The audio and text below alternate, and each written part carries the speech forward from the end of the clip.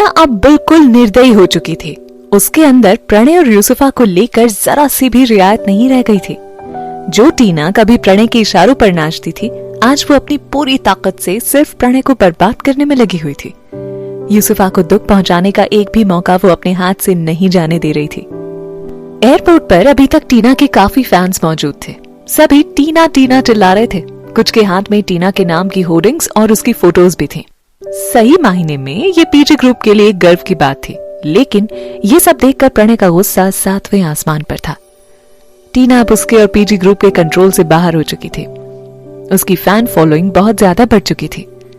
प्रणय के पास अब सिर्फ एक ही आस बची थी। टीना से निपटने के लिए वो बस प्रीति पर निर्भर था। अगर अब प्रीति भी कुछ ना कर सकी तो यूसुफा के साथ ही वो बर्बाद हो जाएगा। लेकिन अब लग रहा था कि ना चाहते हुए भी प्रणय को अपनी मां के पास मदद मांगने के लिए जाना ही पड़ेगा। टीना ने मॉडलिंग इंडस्ट्री में जोरदार वापसी की थी। ISN का कॉन्ट्रैक्ट उसके लिए मील का पत्थर साबित होगा।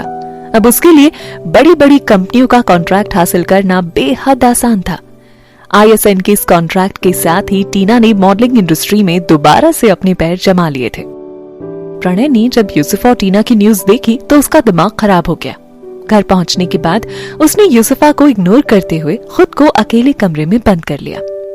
अंदर कमरे में जाकर उसने किसी को कॉल किया। यूसुफा इससे थोड़ी असहज हो रही थी। वो जानती थी कि पीजी ग्रुप का अकेला मालिक प्रणय नहीं था। वो प्रणय की परेशानी समझ सकती थी। आखिर आज वो उसी की वजह से परेशान है। यूसुफा ने अपने असिस्टेंट को ऑर्डर दिया कि पता करो टॉप 10 मॉडल अवार्ड के जज कौन है। यूसुफा, तुम क्या करने वाली हो? कुछ भी इधर उधर मत करना। तुम बस नॉर्मल रहो और चीजों को टाइम दो, सब कुछ ठीक हो जाएगा। यूसुफा की असिस्टेंट ने उसे समझाते हुए कहा, मैं ऐसे हार नहीं मानने वाली। तुम्हें जो कहा जा रहा है वो करो। तुम्हें क्या लगता है कब तक प्रणय हमारे साथ ऐसे खड़ा रह पाएगा? पीजी ग्रुप के शेयर होल्डर उस पर प्रेशर डाल रहे हैं। अब वो ज्यादा दिन तक मुझ पर टाइम और पैसा इन्वेस्ट नहीं कर पाएगा। तो क्या अब तुम फिर अपनी पुरानी लाइफ में जाना चाहते हो? फिर से वही सड़क किनारे बैठकर स्टॉल खोलना चाहते हो? यूसुफा का असिस्टेंट भी 1 मिनट के लिए उसकी बातें सुनकर शॉक हो गया। यूसुफा जो कह रही थी वो किसी भी हालत में वैसा नहीं करना चाहता था और वो नहीं चाहता था कि यूसुफा के लिए आगे कोई भी मुसीबत खड़ी हो। लेकिन यूसुफा जो करने के लिए कह रही थी उससे प्रणय और उसका रिलेशनशिप भी खतरे में पड़ने वाला था। इस वक्त वो यही सोच रहा था कि टॉप 10 मॉडल अवार्ड्स के जजेस के साथ सोने के अलावा ऐसा और कौन सा रास्ता है जिससे यूसुफा का काम बन जाए। यूसुफा, तुम्हारे पेट में पहले से ही एक बच्चा पल रहा है। तुम चिंता मत करो, मुझे पता है मैं क्या करने वाली हूँ, यूसुफा ने जवाब दिया।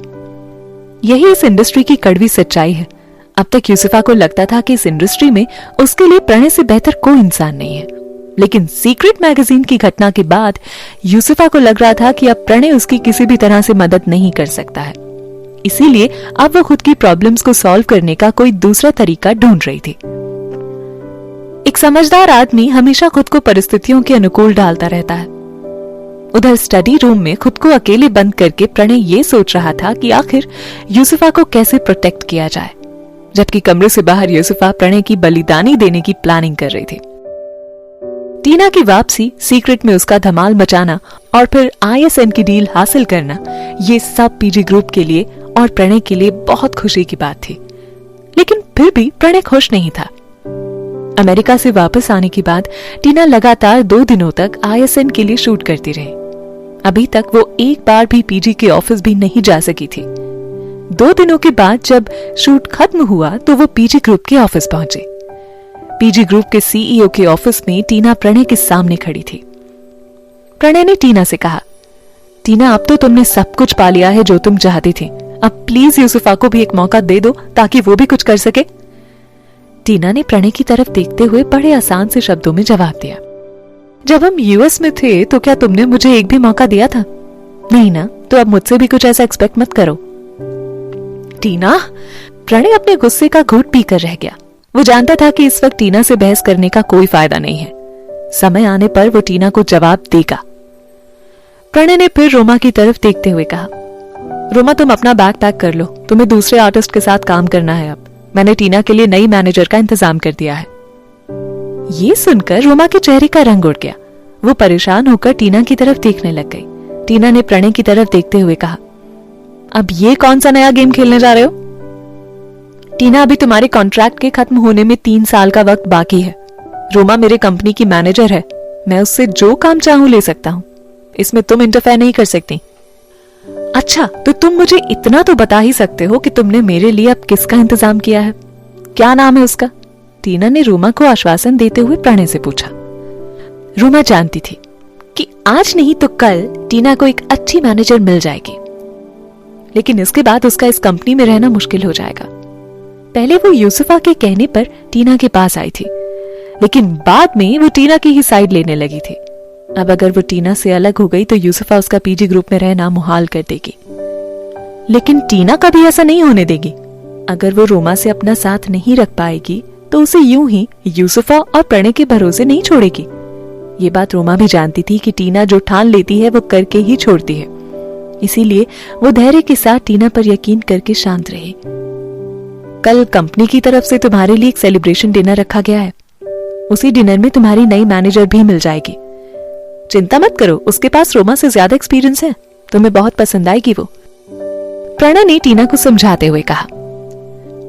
टीना ने इस पर कुछ भी जवाब नहीं दिया, लेकिन वो इतना तो जानती थी कि प्रणय इतनी आसानी से उसके लिए कुछ अच्छा नहीं कर सकता है।